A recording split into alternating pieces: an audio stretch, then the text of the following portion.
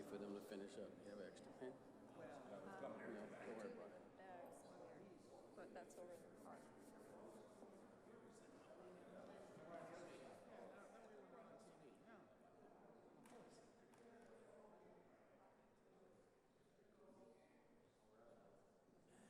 I'm just waiting for you, that's all. You know you want it.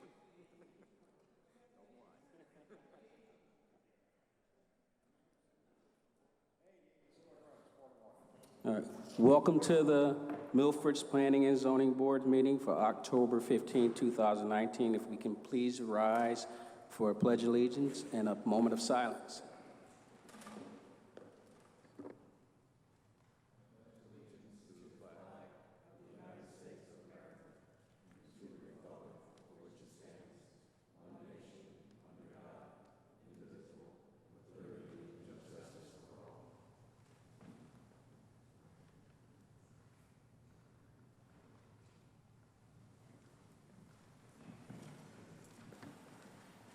May I have roll call from my left to right, please? Brian Collegian. Nancy Austin. John Grant. Scott Marlowe. Tom Panzella. Peggy Kearney. And I'm Carl S. Moore, acting chair in place of Jim Quish, who is not here this evening.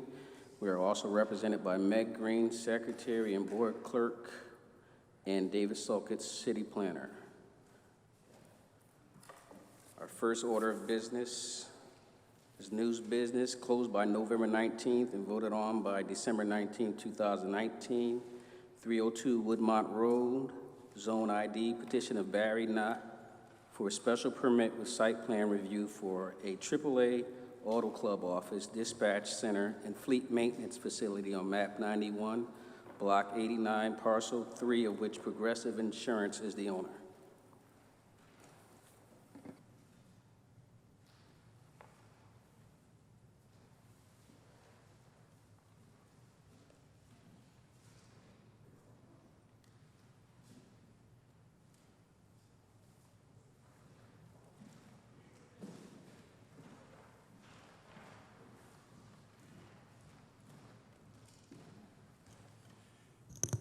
Good evening, ladies and gentlemen, Mr. Chairman, members of the board. My name is Barry Knott. I'm a lawyer with the firm of Knott, Dunn with offices at 1656 Main Street, Stratford. And I am here this evening on behalf of AAA Northeast Incorporated of 186 Narragansett Boulevard, Portsmouth, Rhode Island, who is the contract purchaser of the property at 302 Woodmont Road from the Progressive Insurance Company. With me this evening is Mr. Mark Shaw, who's sitting to my right, and he's the chairman of the board of directors of AAA Northeast. He will be available to answer any questions you may have regarding the operational aspects of the proposal. As indicated on your agenda, this is a petition for a special permit with site plan review for a AAA Northeast Auto Club office, dispatch center, and fleet maintenance facility. I want to make a reference to Exhibit 1 in the folders that I've just handed to each of you, and that is an aerial photo of the building and parking lot at 302 Woodmont Road. As you can see from this photo and from Exhibit 2, which is a photo taken of the same site farther away, this property is all zoned industrial. All the surrounding properties are zoned industrial. There are no residences impacted by this application whatsoever. And as you can see from Exhibit 2, this location has very close ingress and egress to and from I-95, which is one of the main attractions of the site to AAA Northeast. Exhibit 3 you probably already have, and that is a copy of the site development plans, which include a cover sheet, an A2 survey of existing conditions at the site, existing floor plans at the site, and existing architectural elevations of 302 Woodmont Avenue. It's important to note that AAA will be making no alterations whatsoever to the existing structure or the existing site plan and parking lot in order to meet its needs at this location.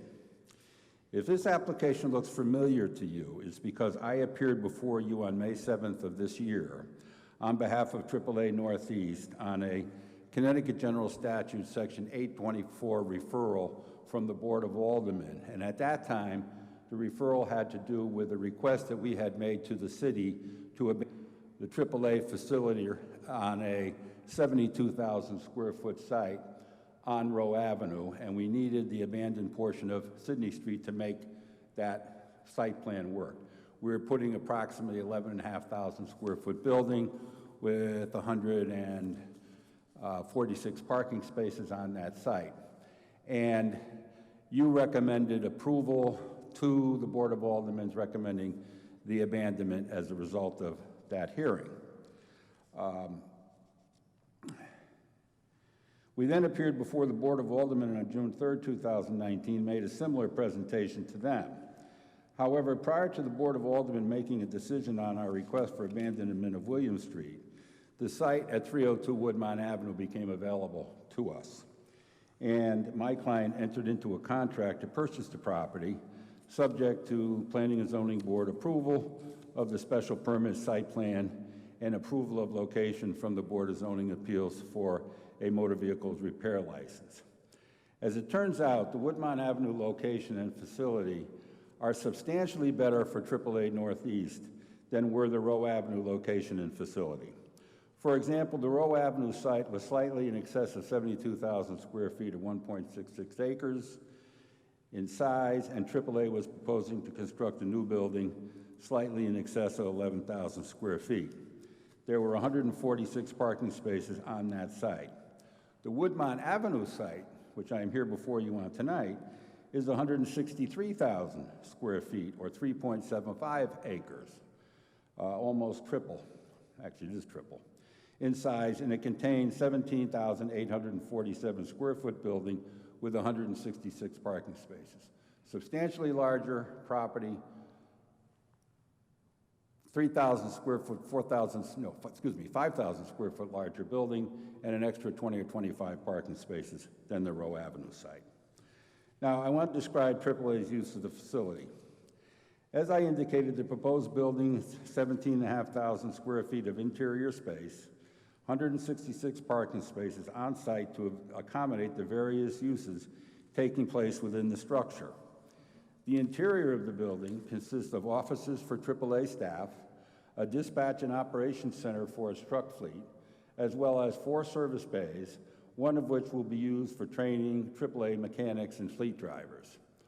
So these 4 bays are going to be used strictly to work on AAA vehicles.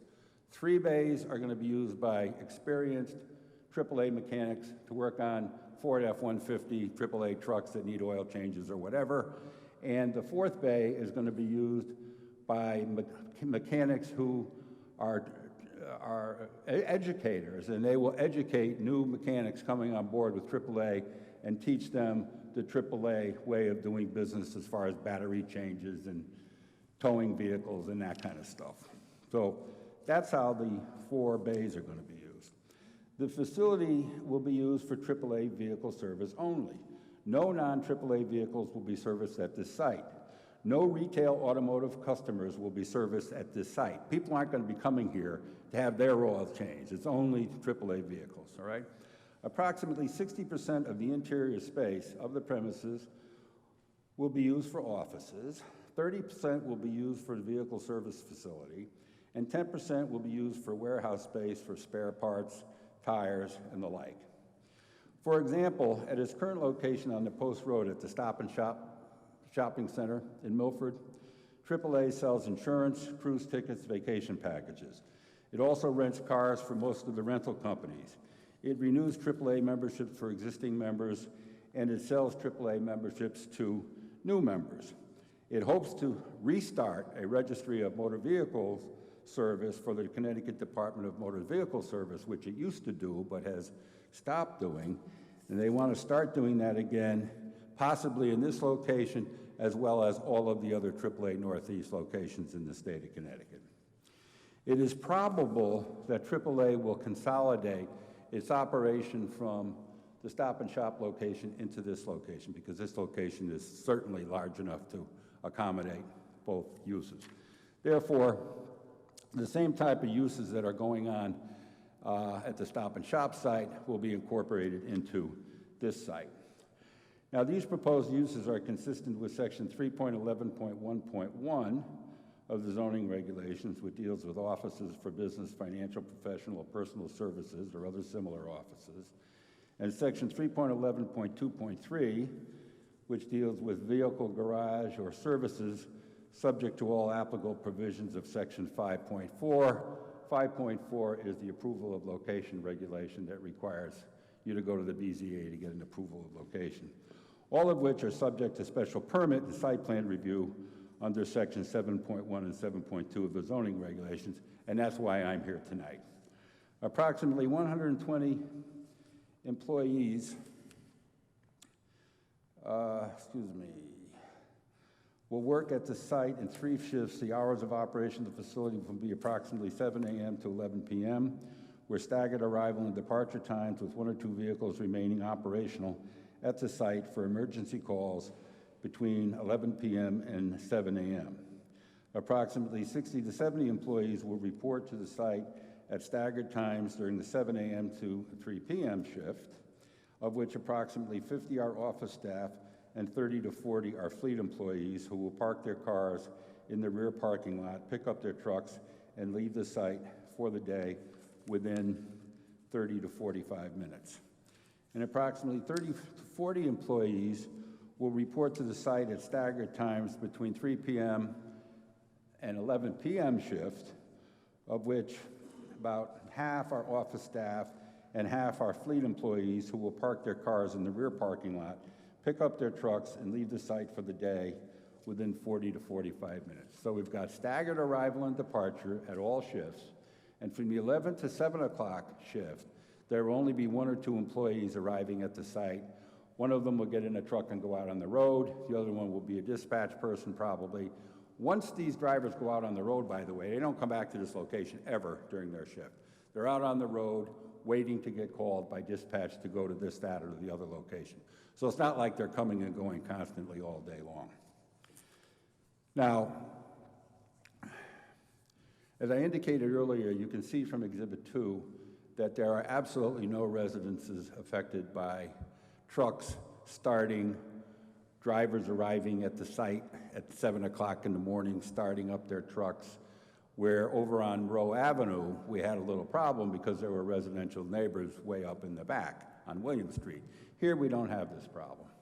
And we also have a situation where we're going to be putting a now vacant building back to use. And there will be approximately 50 AAA motor vehicles that will be taxable to the city of Milford.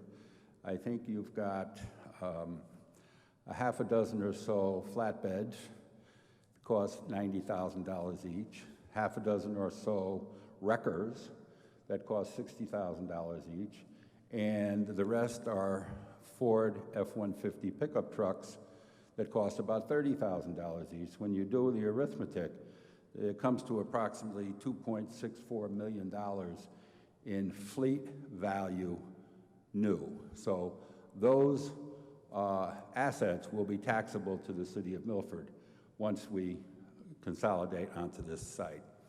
That's not to mention the fact that we're bringing 123 employees into the city of Milford, some of whom already work for us, but some of whom don't, so there will be a new employee component of it. Now, if you look at the approval criteria set forth in 7.1, 7.2 of the zoning regulations, it talks about the city engineer having signed off on it, the fire marshal and the police department having signed off on it, the sewer commission having signed off on it. In this case, Exhibit 4 is a copy of a letter from the fire marshal's office in which he approved this location for a zoning permit. Exhibit 5 is a copy of the Board of Zoning approval letter for approval of location at this site. And the fact that this property has existed in the same state, was constructed a number of years ago, means that all of the review and approval criteria that is called for in section 7.1 and 7.2 of your zoning regulation vis-a-vis the police department, the fire department, the engineering department, the sewer commission, has all taken place when this building was originally constructed. So it's really a benign application. It's good for the city for a number of reasons, and it's great for AAA, and I would appreciate your favorable action on it. Thank you very much. And Mr. Shaw is here if you have any questions. Thank you. Any comment from staff? The applicant is proposing to repurpose the existing Progressive Insurance facility as a AAA membership office, dispatch center, maintenance facility for AAA service vehicles.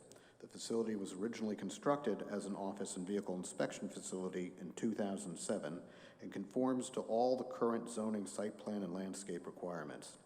As such, the change of use was only referred to the fire department for review and approval, and approval of location for repair use was previously granted to this address by the ZBA in March of 2009. Now, this is a good reuse. Thank you. Any questions from the board?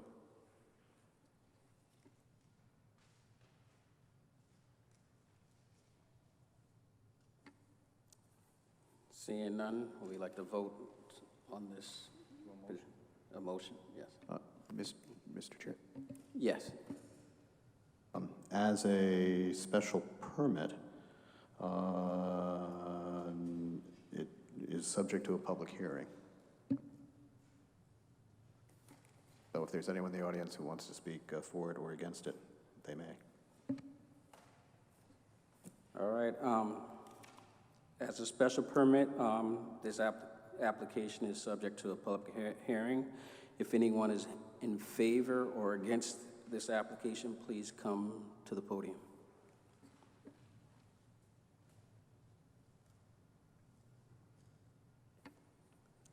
Seeing none, should I close the public hearing? Yes, you can. The public hearing is now closed. We have a motion for this application. I'll make a motion. I move to approve as presented the petition of Barry Knott for a special permit with site plan review for a AAA Auto Club office, dispatch center, and fleet maintenance facility on map 91, block 89, parcel 3, of which Progressive Casualty Insurance Company is the owner. Do we have a second? I'll second. All in favor? Anyone opposed? Carries. Thank you very much. Thank you. Thank you. Thank you for your help, Mr. Saltis. I appreciate it. Our next item on the agenda is 2 Broad Street, Zone MCDD, petition of Tom Lynch, Esquire, for a site plan review for proposed cafe on map 54, block 402, parcel 8, of which 2-4 Broad Street LLC is the owner. Mr. Attorney Lynch. Just one second as I set up my cohort here.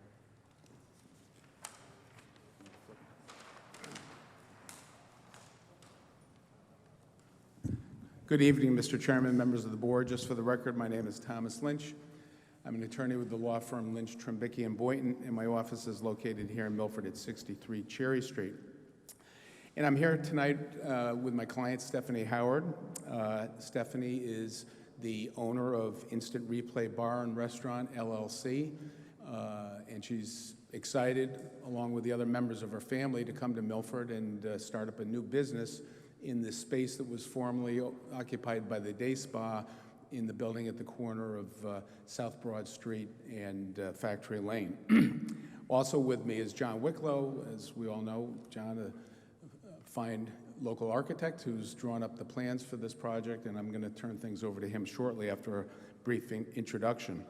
But basically, we're here tonight for site plan review under the zoning regulations because this is a change of the use from the prior spa use to a restaurant cafe. It does require site plan approval.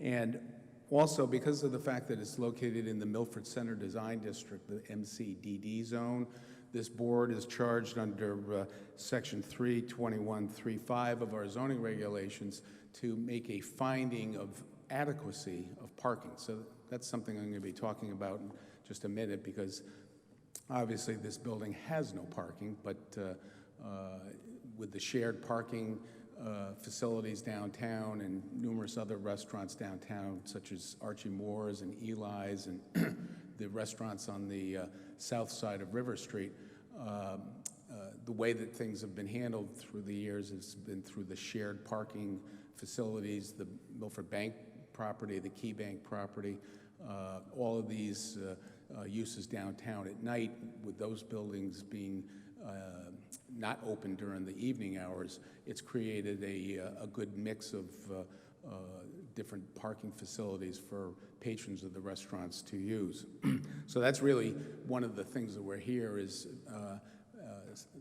and part of the application seeks to have a approval from the board as to the adequacy of the parking.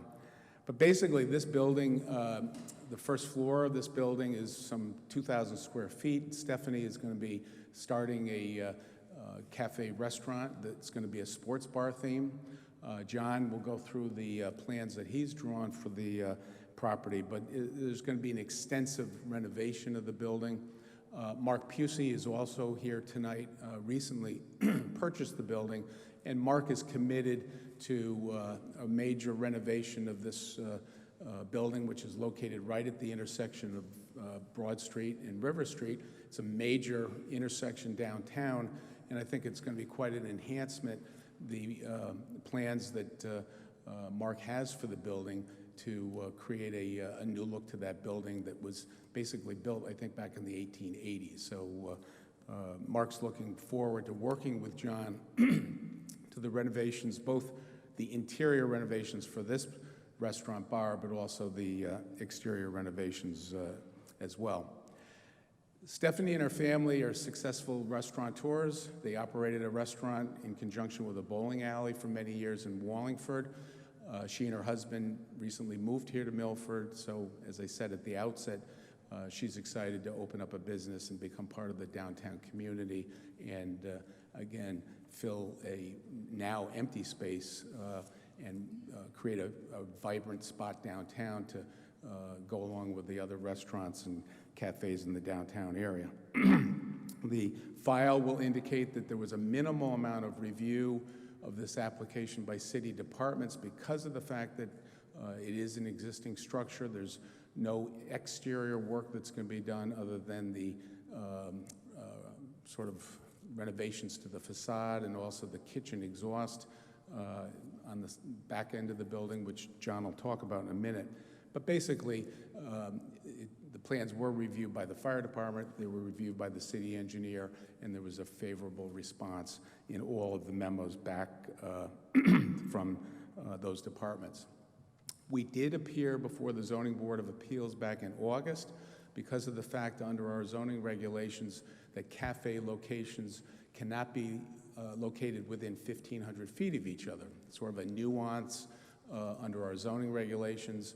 I know there's been some discussion about perhaps amending the zoning regulations to eliminate that need for a variance in the Milford Center Design District. But be that as it may, the existing regulations call for a variance to allow a cafe permit such as this to be located within 1,500 feet of other locations. And clearly, with Archie Moore's and Seven Seas and numerous other restaurants that are located in close proximity, that variance was sought and it was received by my client at the August meeting of the ZBA. So at this point, I'm going to turn things over to John. He's going to go through the interior renovations and the exterior elevation photos to show what's going to be done in transforming this building into an exciting new spot. And when we're complete, if you have any questions, we'll be happy to answer them. Thanks. Good evening, John Wicko, architect at 58 Prospect Street. A couple other site items that I could make mention of that have some little more influence on the site. There is, in the rear of the site, there's an easement for a right to pass. We are going to maintain that. We are adding the grease trap in that area, but that's underground, so it won't affect the that easement. The lot is a conforming lot. which is a nice thing in downtown Milford. We are doing some improvements to the building which comply with the core district in terms of its appearance and detailing of the front facade. The adequacy, we're asking for 51 spaces to be adequate, to be distributed through the publicly owned parking that is downtown, as well as some of the other shared spaces. So a relatively small amount of parking that is at its maximum at 51. We will be applying for a sign permit. What you do see on the drawings does comply by about 12% smaller than what is allowed. We are also asking for, or showing, I should say, the sidewalk seating, which we're in conformance with the regulation. There's some detail on the A2. We do have 4-foot unobstructed pedestrian travel around the seating. We are proposing to do an open rail when it is in use that separates the seating from the public, and also separating by way of potted plants and the green that we would like to introduce to the sidewalk. Let's see what else is significant on the site. As Tom said, we're not changing anything of the footprint. The building is more of an interior. We are providing a new egress stair that will be built in the same location as the existing. Once again, it doesn't encroach on the right-of-way to paths. We are showing a hood, exhaust, duct, and fan system that is coming out of the rear building.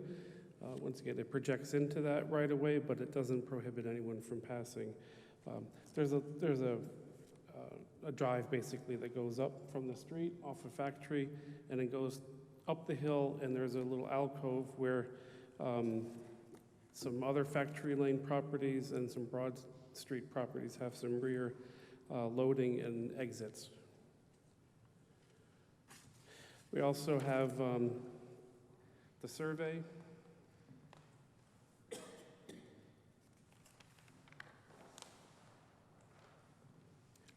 That survey, as drawn by CCG, you can compare the two, and there are no changes. Architecturally, inside the building, there is a basement that has access from that right-of-way through a stair that travels down half a flight into the basement. We are proposing to improve that stair by adding a hatch doors that'll protect the steps from the weather, and also the door from the weather. We are proposing a 500 square foot area of locked storage that includes liquor, some dry goods, food items, and a beer cooler. And that's located in the center portion of the existing basement. That's the only portion that we're using. The rest of it is currently occupied by the building owner. The main level, the first floor at sheet A2, it's an improved restaurant space of 1,908 square feet. We're proposing 33 seats that we're showing, which includes the bar and dining room. The outdoor dining, which I talked about, are some two tops that are seasonal, to be used on nice days and in the good weather months. Also have a relatively small kitchen that'll provide the food that's being prepared to support the menu. That's accessed through a hallway for the serving staff, which is in the center of the space. On the other side are lavatories, which are required for building and for the comfort of the restaurateurs. So a pretty basic layout. that provides all the spaces that are needed. Exterior, the building is existing to remain. We are proposing to enhance the signage and the facade at the front with a new storefront, glass and doors. And on the side of the building, we'd like to open up the lower windows. There's the 3 windows on the side to a larger window to let more light and air into the dining area itself. The rear shows the exhaust fan location. We're still working through with the hood manufacturer the exact location of that, where there is talk about going up through the second floor, but we still need to run that by with the upper tenants. But this would be the worst case scenario with the fan coming out of the building and going up the side. But we are trying to reduce the impact of that to the downtown area.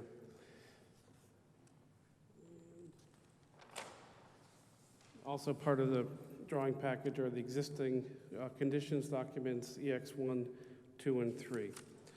So that, in a nutshell, is the interior improvements and the minor exterior improvements that we're proposing for instant replay. Thank you.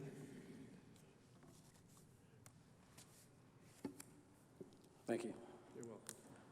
Mr. Sulkus, any comment? Okay, so I'm hearing tonight there's perhaps 3 locations for the exhaust fan. Yes, In our meetings, you seemed fairly committed to the rear of the building. that's true. Yeah, we had one on the side of the building, which Right. we Well, got rid of for Okay, aesthetic reasons. so can you commit to the board, for the record, that you're not going to put the exhaust on the street side on Factory Lane?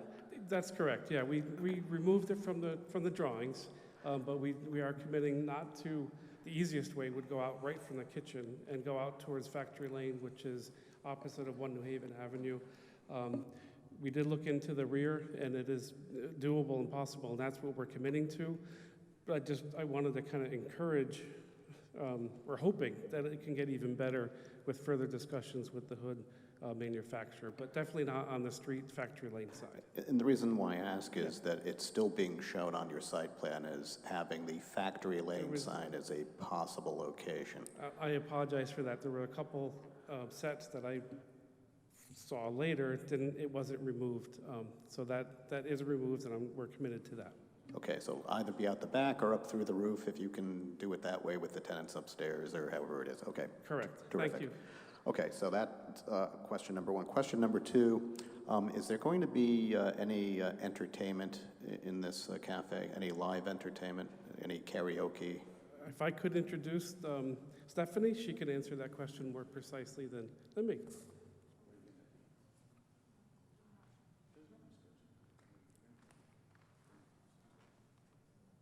Yeah, just your name. Hello, my name's Stephanie Howard. I'm the owner, part LLC, for Instant Replay Bar and Restaurant.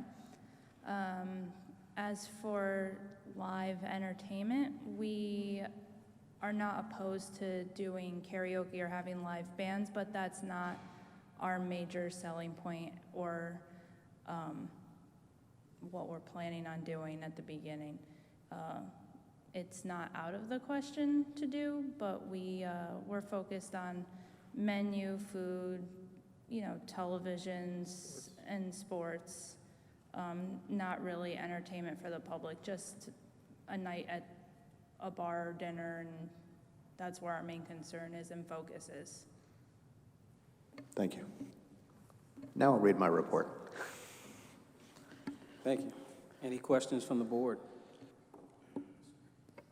And Mr. Sulkus touched on it, was encouraged that you're going to look into putting that exhaust in through the building. I did walk by there last night just to see what it might look like, and if it could be at all, if you could look into that to get that through, I think it would be do a lot down there, because it is going to be sort of awkward on the back of the building there as you walk by it.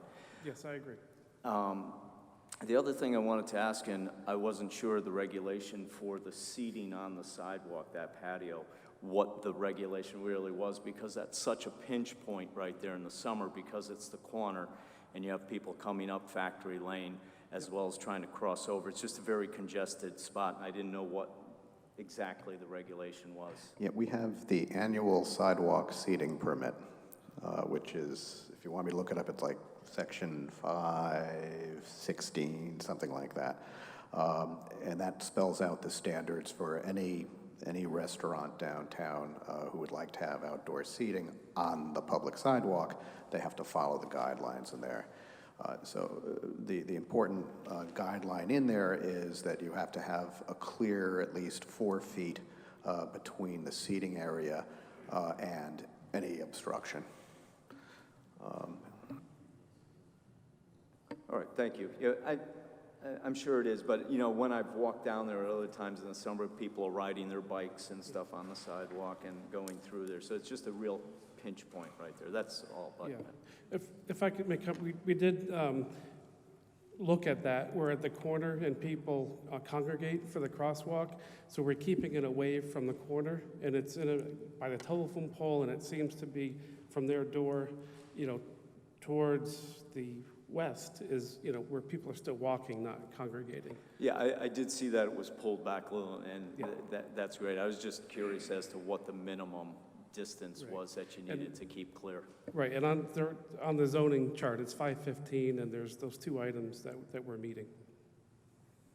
Thank you. You're welcome. Any other questions from the board? Can we have a motion for this application?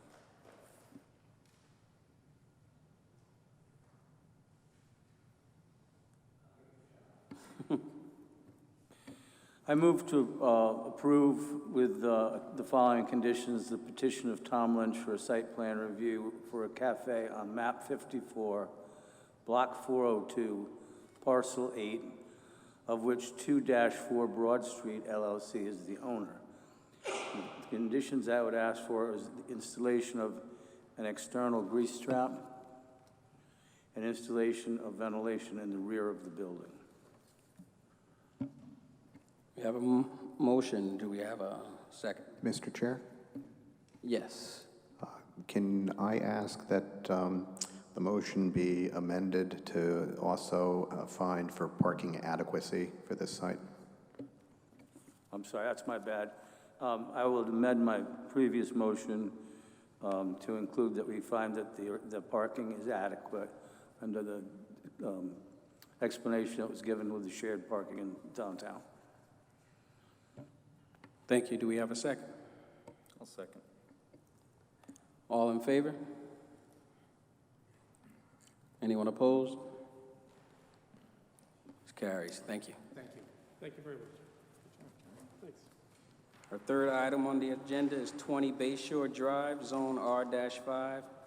Petition of Gina Badalamenti for release of the attic stair approval conditions, recorded July 23rd, 2013, in volume 3547, page 553 of Milford Land Records on map 29, block 585, parcel 6, of which Gina Badalamenti is the owner.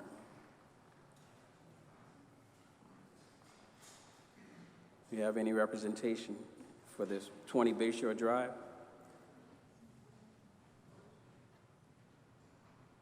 This, Mr. Chair, this is sort of an administrative issue, which I can probably answer the questions for you once I find the file. You should have a copy of my report in front of you.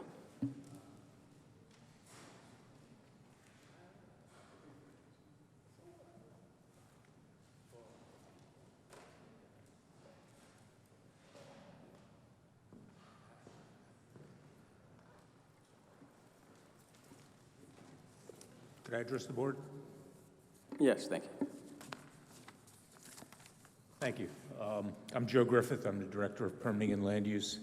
And as Dave said, this is more of an administrative action than anything else. So on behalf of the applicant, I'd like to just kind of brief the board very quickly on what's going on here. prior to 2016, our zoning regulations had provisions in there for both overall building height and number of stories. And before that, prior to 2016, as plans were reviewed, this board was looking at provisions for, in terms of numbers of stories, issues such as attic, the occupancy of attics, the access to attics, and what have you. And these provisions were, in some cases, crossing with our building code. And so in 2016, this board eliminated the verbiage in our regulations that talked about number of stories and focused only on the overall building height, which was appropriate and consistent with land use regulations, and more specifically, not in conflict with our building codes. And so recently, the owners of 20 Bayshore Drive came into my office and were brought to light that I think back in 2000, help me out here, Dave, 2013, there was a not only a site plan review that was done by this board, but as a condition of approval, there was I guess a covenant on the land records that spelled out that the attic was never to be, I'll just say, improved, finished off. And so the owner has asked that in light of our regulations being changed and that we no longer regulate the number of stories, that he be allowed to remove this restriction on his land. And so I believe, Dave, the city attorney has put together some language that, if this board approves, would allow this restriction to be taken off the land records. That's correct.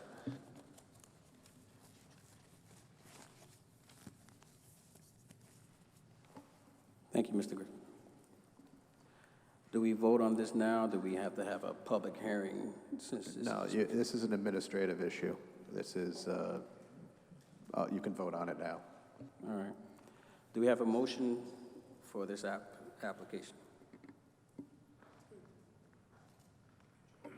I move to approve as presented the petition of Gina Badalamenti for release of the attic stair approval condition recorded July 23rd, 2013 in volume 3547, page 553 of the Milford Land Records on map 29, block 585, parcel 6, of which Gina Badalamenti is the owner. You have any discussion? All in favor? Anyone opposed? So moved. Our next item on the agenda are public hearings, which are closed by November 19th and voted on by December 19th, 2019. 34-40 Gulf Street, Zone SFA-10, petition of Thomas Lynch Esquire for a special permit with site plan review for development of 12 units of housing under CGS 8-30G on map 66, block 813, parcels 10 and 11, of which 296 LLC is the owner. Good evening, Mr. Chairman, members of the board. Again, Thomas Lynch. This time I'm representing my client at 296 LLC, the owner of the property located at 3440 Gulf Street. The managing member of the LLC, Angelo Lisi, is here with me tonight. And we're before you with an application for special permit approval to construct 12 units of residential housing on this property. This is the third phase of Gulf Commons, starting in 2015 through 2017. My client has purchased various parcels of land, commencing the property next to the Citizens Bank property and going down Gulf Street towards St. Mary's Church. And right now, there's 22 units that have been constructed in phases 1 and 2.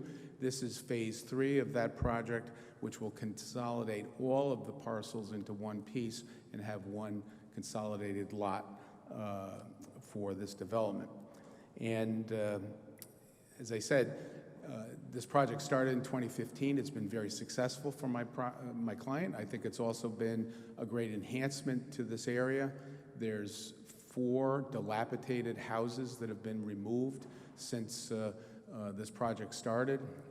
2 already are down, and the others are going to be taken down with the construction on this property. And again, I think it's a great enhancement to the area. The plans have been put together by Ron Wasmer, who's going to go through the site plan shortly. Also, David Spear, our traffic consultant, who was also the consultant on phases 1 and 2, is going to speak as to what impact will result from these 12 additional units for the traffic on Gulf Street. But my opening comments to you really emphasize the fact that this has been an improvement to the area, an enhancement to the area, and it's removed some really blighted houses in that area, and the project speaks for itself. What you see there now is what will result with the construction of the last phase here. There's 4 buildings with 3 units in each building. Each of the units will be 2 bedrooms. They're approximately 1,100 square feet. There's 3 levels on each of these units. The first floor is the garage with utilities, and then there's 2 levels of living space above. The first floor has dining area and kitchen and living room, and the second floor will have the 2 bedrooms and the bath. So this has been submitted under the regulations and the guidelines of Section 830G of our state statutes. Out of the 12 units, 4 units will be set aside for those individuals that meet the affordable income guidelines. In the last 5 years, the income guidelines have actually gone up considerably. The formula for computing the rent is based upon either the lower of the state median family income or Milford's median family income. And that state income, which is slightly lower than Milford's, the state median is a family income of $100,000. In Milford, it's $104,000. So under the affordability plan that we submitted to you, it was reviewed by Sheila Dravis from the Community Development Office. 4 units will be set aside to be rented to those individuals who have income at 60% of the state median income, and the other unit would be to those individuals that have income at the 80% level. So for those individuals at the 60% level, the rent for the 2-bedroom units would be $1,106 a month, and those are families with an income of $45,180 a year. And the 1 unit to be rented at the 80% guideline, those are families whose income is at 60%, 80% of the income level, so that would be $60,000. The rent for those would be $1,473. The market units, my client has been consistently renting these units for close to $2,000 a month. So, there is some $600 to $900 a month lower rent available to those individuals that do meet the affordable guidelines. And this has been an enhancement, as the other projects that my client has built in Milford, for encouraging affordable housing, encouraging young people whose income meets those guidelines to be able to stay in Milford and be able to afford a unit such as this. The plans have been reviewed by all the city departments. At last month's police commission meeting, the police commission reviewed both David's traffic study as well as our plans. Patrolman Dan Hemperly issued a report to the commission, which the commission adopted, commenting on the sight lines and commenting on the available parking on site, and the police commission voted to approve these plans. The plans were also reviewed by the fire marshal. Anthony Fino issued a memo. It was part of your package. All standards of the fire department have been met and approved through his memo. The interesting fact that has happened over the summer, as we're all aware of the infrastructure work that's been going on Gulf Street with the sidewalks and the curbing, my client has already installed gas and sewer service to this site in anticipation of our application to you, and instead of having to dig it all up after this was submitted to you for review, the gas and the sewer service has already been put into place for this site, so there's no further work on that needs to be done. So I'm going to turn things over to Ron. He's going to go through the site plan with you, and then, as I said, David Spear is here to go through the traffic report, and if there's any questions when we conclude, we'll be happy to entertain them. Thanks.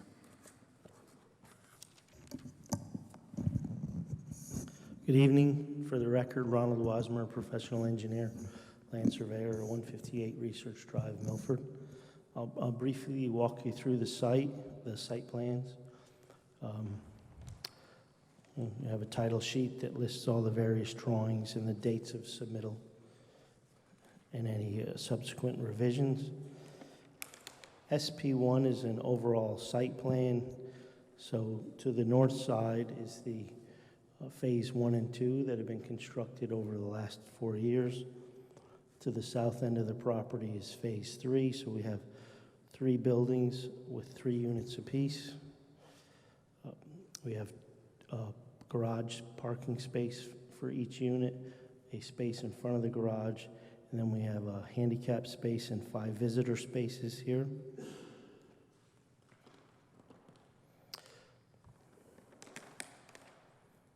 This site plan just focuses more on the new construction.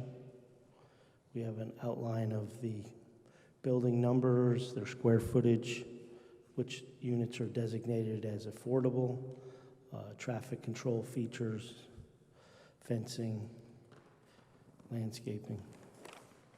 We do have a separate landscaping plan, so we'll be adding some street trees along Gulf Street, as well as some ornamental shrubs throughout the site. A grading and drainage plan, providing on-site storm drainage for parking and roof areas. The property is relatively flat. There is a slope that heads towards ShopRite, and we won't be working within that sloped area. On the ShopRite property, there's a large retaining wall that was constructed when ShopRite was built, but that's, again, not on our property. Utility plan indicates that we'll be connected to public sewer, public water, underground utilities for electric, telephone, cable.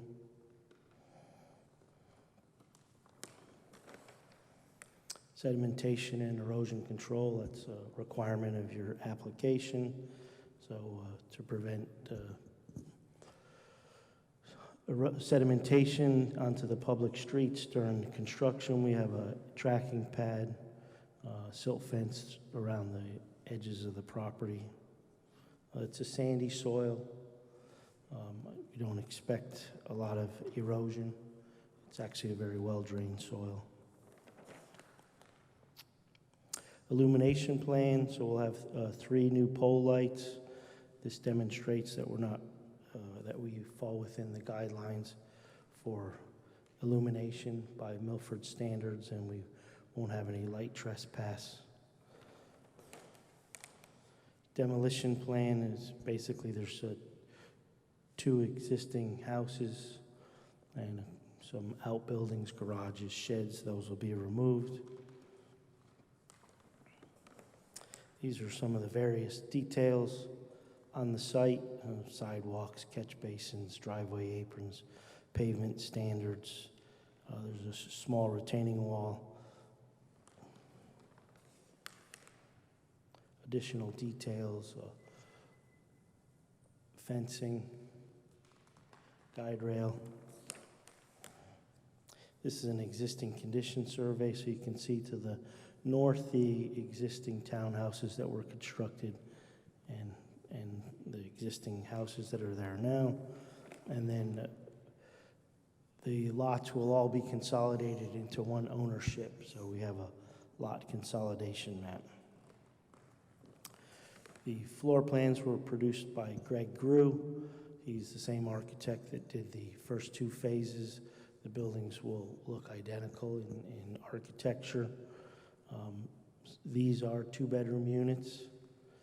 So we have a parking space in the basement level or the first level, utility room, laundry room, stairways up to the main level, which is living and dining, and stairway up to the 3rd floor to the bedrooms, 2 bedrooms.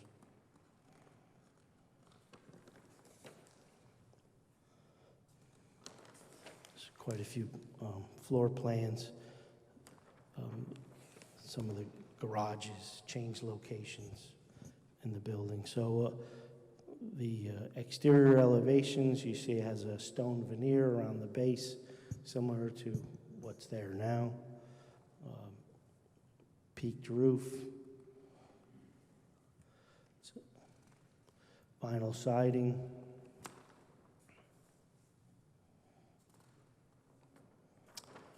Just more building architecture plans.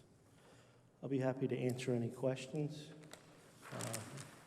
Turn it either over to Tom or David Spear. Why don't you mention what Greg raised about the dumpsters and about there's, in each unit there's... There was a question raised by the city engineer in his review about dumpsters, and our client has determined that the use of individual totes stored in the garage is a better solution than dumpsters.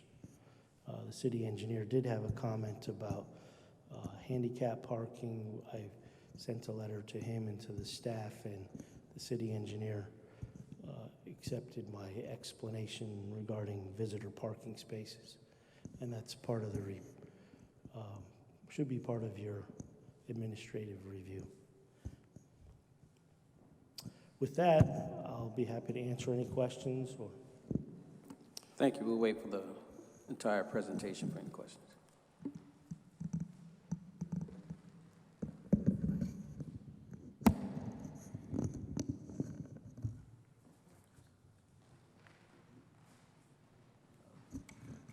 For the record, my name is David Spear. I'm the principal engineer with DLS Traffic Engineering LLC. We were asked to look at the traffic aspects of this application. As was mentioned, this is a 3rd phase, and we've done a number of studies in the area. So we built our volume development on our previous volume data, which is a standard practice. So the latest counts we had out there were from 2017. The volumes passing the site are moderate. There's basically in the background, in the morning, there's about 520 going north and 410 south going past the site.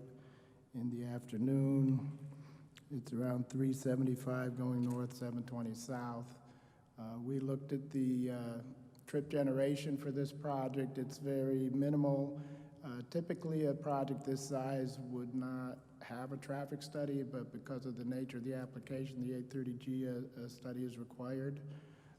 The trip generation for the 12 additional townhouse units, according to the Institute of Transportation Engineers Manual, which is the required document that we use to estimate traffic, which is just kind of a compilation of different land uses and what the traffic generates. Townhouse unit generates lesser traffic than a single family unit, but for purposes of our study, we estimate a little on the high side. We used one unit, or one trip per unit. Typically the peak hour spread over, the peak period is 2 hours, so the actual numbers are really a bit less than that. But in any case, the background volumes are moderate. These are negligible from a traffic point of view. The refinement of the analysis is not specific enough to show any difference. The fluctuation from day to day is more than the site traffic, so there's really no capacity issue at all. The capacity analysis shows levels of service C or better in the background, and there'll be no noticeable change to traffic operations or capacity. The volume development, as I mentioned, we started with 2017 volumes. We projected up to 2020. We used a 2% growth rate, which is actually a bit high. And we checked with planning. There's no other significant developments in our, passing our site, generating traffic that are not already in the background numbers. So again, there's no capacity issue. So the only real issue is sight lines. We measured the sight lines from the new driveway curb cut, and the sight lines are over 400 feet in each direction. The posted speed limit is 25 miles an hour. People going, somewhat faster than that, but the 400, which we noted, and there's actually more sight line than that, but the 400 is adequate for 35, and typically the design speed is used for intersection sight distance, and this meets all the standards, both local and state standards for sight distance. So there's really no issue with the sight distance or safety, and the traffic impact will be negligible. So that's sort of a nutshell of our traffic report.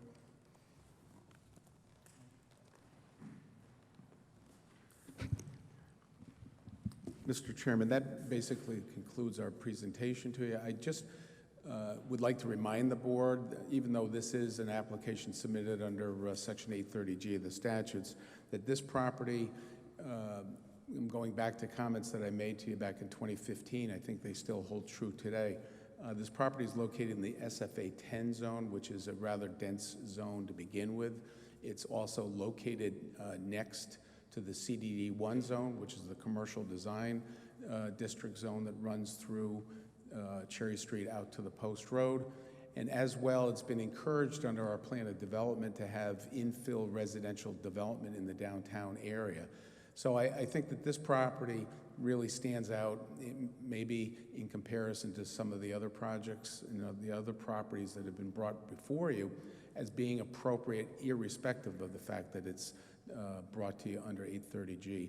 Because of its proximity to downtown, people walk from this project to the train station, and it's a complement to, again, the plan of conservation and development, which encouraged residential development downtown in coupling with the restaurants and the shops and the other development downtown. So with all of that said, I'd ask that you act favorably on this, and thank you. Thank you, Attorney Lynch. Mr. Any comment from staff? Yeah, two things. It wasn't mentioned, but I'm sure there are people in the audience who are going to come up to speak and want to know, gee, why is this 830G in front of you? Isn't there a moratorium in place? Everyone needs to know that this project was under review by the city prior to the implementation of the moratorium. So this is exempt from the moratorium, which is why it's here before us tonight. And as my report, the applicant proposes to consolidate 2 lots, 34 and 40 Gulf Street, and construct 12 units of 8-30G housing. The new development is adjacent to 14-26 Gulf Street, which is an existing 8-30G complex developed by the same applicant. 2 parking spots are provided for each dwelling unit, 1 space in the garage and 1 space in front of the garage. An additional 6 parking spaces are provided in the parking lot, one of which is handicapped accessible per section 5.1.10.2. Parking spaces in the garages and in the space in front of the garages are not counted towards the accessible space formula for parking lots. The combination of phases 1, 2, and 3 provide 3 accessible spaces, which is compliant with 5.1.10.2. The side yard setback from 44 Gulf Street is 10 feet, matching the SFA 10 setback requirements. The rear yard setback from 155 Cherry Street is 27 feet, where 25 feet would be required. The front yard setback is 15 feet, where 20 feet would have been required, but is farther back than the 11 feet provided in Phase 1, which is adjacent at 14 Gulf Street. Building height matches the previous 2 phases at a proposed 30.42 feet in height. The Affordability and Marketing Plan has been approved by the Community Development Office on 9/4/19. The developer intends on consolidating the other parcels, the earlier phases, into one overall parcel. Thank you, Mr. Sokas. This is a public hearing. We ask those who wish to speak this evening to approach the podium and state your name, the spelling of your name, and your address, and please address all comments to the board. If anyone who is in favor of this application, please approach the podium. Thank you. Seeing none, those who are against this application, please approach the podium.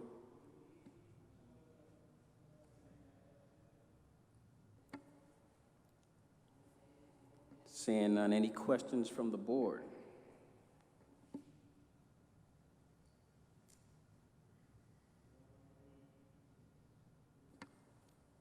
Seeing none, I will close the public hearing for this evening. Is there any reason why, from the board, we cannot vote on this this evening, or we would like to leave it open for other commissioners to address? Any comments from the board? All right, I ask that we make a motion for this application this evening. Panzella? I'll make a motion to approve as presented the petition of Thomas Lynch for the development of 12 units of housing on the CGS 830G on map 66, block 813, parcels 10 and 11, of which 296 LLC is the owner. We have a motion. Do we have a second? Second. All in favor? Anyone opposed? So moved. Thank you. Our next item on the agenda is also a public hearing, 50 Daniel Street, Zone MCDD, petition of Thomas Lynch Esquire for a minor amendment to a special permit for a patio addition on map 54, block 399, parcel 6, of which Co9 Associates LLC is the owner.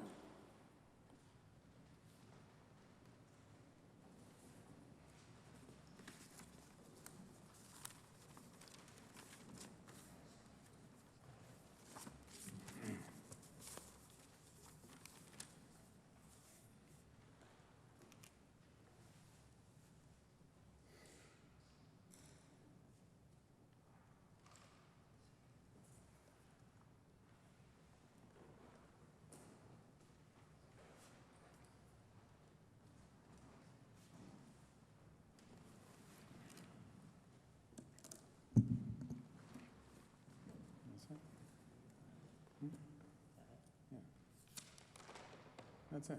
Yep, just the first 2 pages. Oh, okay. Why don't we show them the picture first, and then you can go in the site plan? Yeah. Okay, perfect.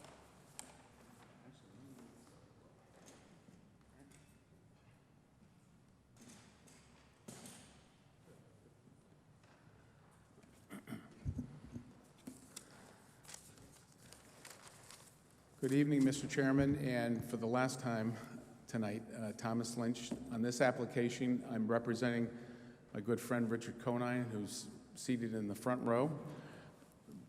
Rich is the owner of the Stonebridge Restaurant, and we're before you tonight with an application for a minor amendment to the existing site plan for the Stonebridge Restaurant. Stonebridge is celebrating its 30th year this year. The Conine family has operated their business here in Milford for over 55 years. It started as a small fish market that was started by Richie's father, Tom, who's still with us in his 90s and is active in the business even to this day, much to Richard's chagrin. And it has blossomed into quite a downtown venture that I dare say is almost a calling card for Milford. It's one of Milford's signature properties, and they've done a fantastic job there. And Part and parcel with that, over the last year, the city of Milford has made a concerted effort to try to bring people down to the Weppawag River. There is a river walk study that was put together by the Board of Aldermen. There's been encouragement of property owners along the property, along the river, to open up their properties to allow people to be able to enjoy the river. There was a major dredging project that was done over the past year, improving the upper duck pond, the middle duck pond, and we all know the river walk that was constructed across the street from the Stonebridge property along the walkway next to the Fowler building across from the waterfall there. So there's been a concerted effort by the city to try to have people enjoy the beauty of the river. And in conjunction with that, Rich has undertaken a couple of projects to try to add to that enhancement. We appeared before the Inland Wetlands Agency for approval of the fountain that you see was installed over the summer. That has been a nice addition to the area of the river behind the waterfall at the Memorial Bridge. And this is the last step in the enhancements that Richie wants to make to his property. It's the expansion of some 520 square feet of the outdoor patio space to bring the patio space right to the edge of the river so that dining patrons can be seated along the river and actually have, from this spot, an unobstructed view down the waterfall all the way out to the Milford Harbor. So as far as this part of the project is concerned, we appeared before the Wetlands Agency last December. Ron Wassmer, who drew the plans, is going to go through the provisions of the wetlands approval, the riprap and the enhancement and the improvements to the side of the riverbank there. But this is going to, as shown on the photo that we have before you now, this is going to expand the patio right to the edge of the river with railing and dining area along that spot of the river. The other reason that we're here, just similar to the application that I presented shortly before this, the property is located in the Milford Center Design District. There's a small increase in the parking requirement. I think David's staff memo says that with this increased area of the patio, an additional 8 parking spaces would be required. And again, as with the other restaurants downtown, the Stonebridge site does have a parking lot. I think the site plan shows that there's 38 spaces that are spaced out on the site plan. I dare say that more than 38 spaces are put in to the parking lot on a busy night, the way that they are able to configure parking coming in and maybe moving cars a little closer than the parking regulations call for. But the fact is, part of your review here is, again, in the MCDD, a finding of adequacy of parking. And this site actually is going to be in close proximity to the new parking garage that hopefully the MetroStar project will be started soon, and the parking garage that's going to be located right around the corner from Daniel Street at that location on River Street next to the train station. That'll help the downtown parking situation even more with the spaces that'll be provided in that building. So those are the two things that we wanted to focus your attention on as part of this application. As I said, it is a minor amendment to the site plan. We are required to bring it before you, and that's part of your review, is the finding of adequacy of parking for the small number of parking spaces required due to this expansion of the patio. The plans did receive minimal departmental review. As I mentioned, we appeared before the Inland Wetlands Agency for that agency's approval. The plans were reviewed by the police department, the fire department. Your package has the response memos from all of those departments, and everyone has signed off on it.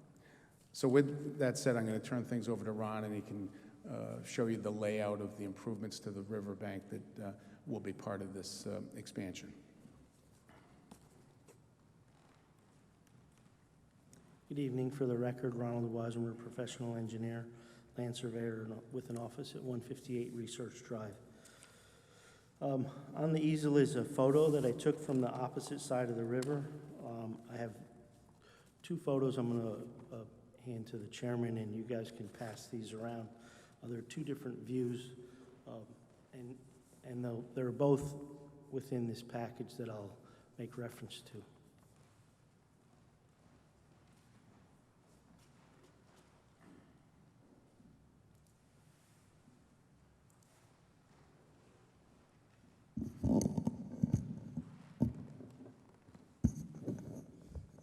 So in this photo, which I took from the opposite side of the Weppawag River, you'll see a cobblestone area. This is called a gabion retaining wall, and then just a small wood chip area.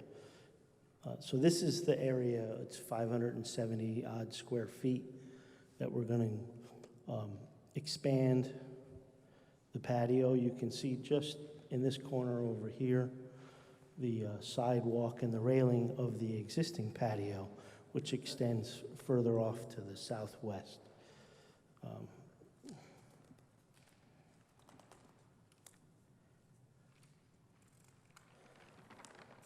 This is a picture standing on the current patio, looking out towards the Weppawag River. Again, the cobblestones and some shrubbery. There's also a TV dish that will go away. It's no longer being used. So it's just some photos. I think a photo does a lot of justice to a picture says 1,000 words.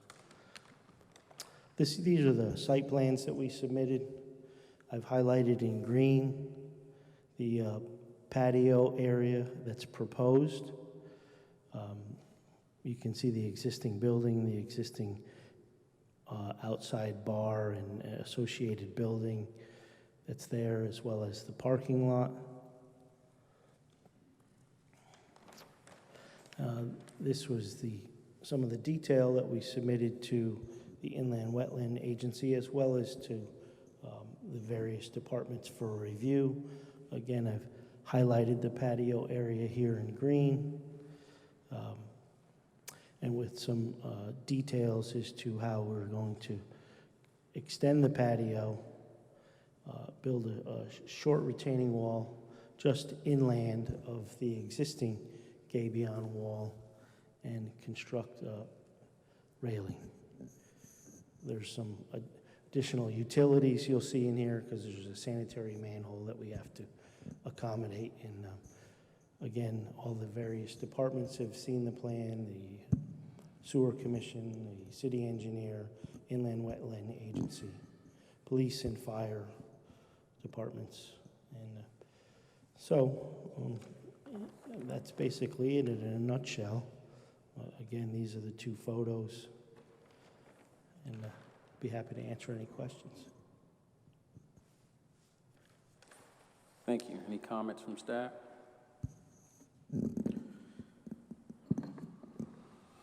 The applicant proposes a 572 square foot expansion of the patio area adjacent to the Whippawag River. The finding of parking adequacy will be needed under section 3.2.1.3.5. The proposed patio requires an additional 8 spaces for an overall parking requirement for the property of 145 spaces. The property provides 38 spaces on site. Thank you. This is a public hearing. We ask that those who wish to speak in favor or against this application, please approach the podium, state your name and its spelling, as well as your address. If you wish to speak in favor of this application, please approach the podium. Thank you.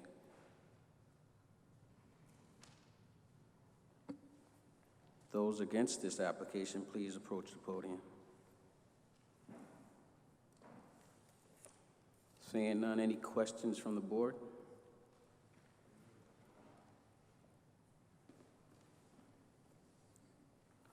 Seeing none, the public hearing is now closed. Is there any reason why we cannot vote on this application this evening? Do we have a motion for this application?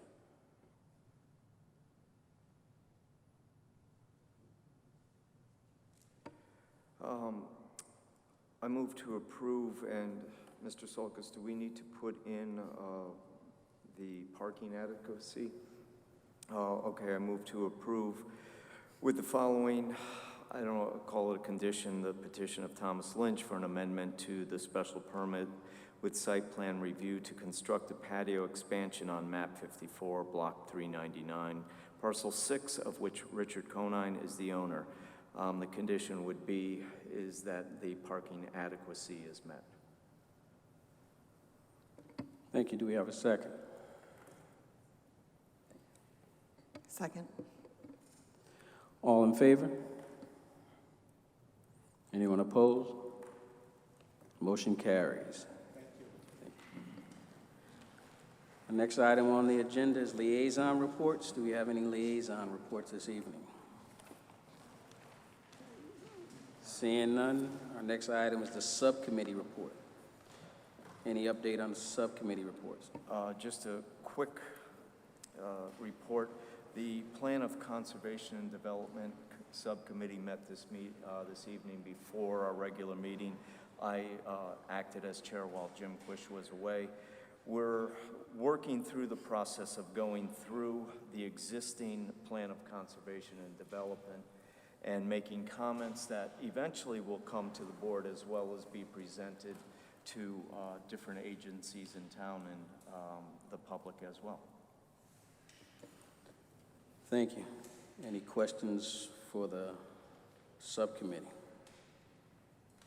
Seeing none, our next item is approval of minutes from September 17th, 2019. I don't want to go back that far, but. So moved. Second? All right. Chair's report. I have no chair's report other than I'm disappointed the Red Sox aren't playing in the playoffs. Other than that. Staff report? None this evening. Adjourned. Thank you.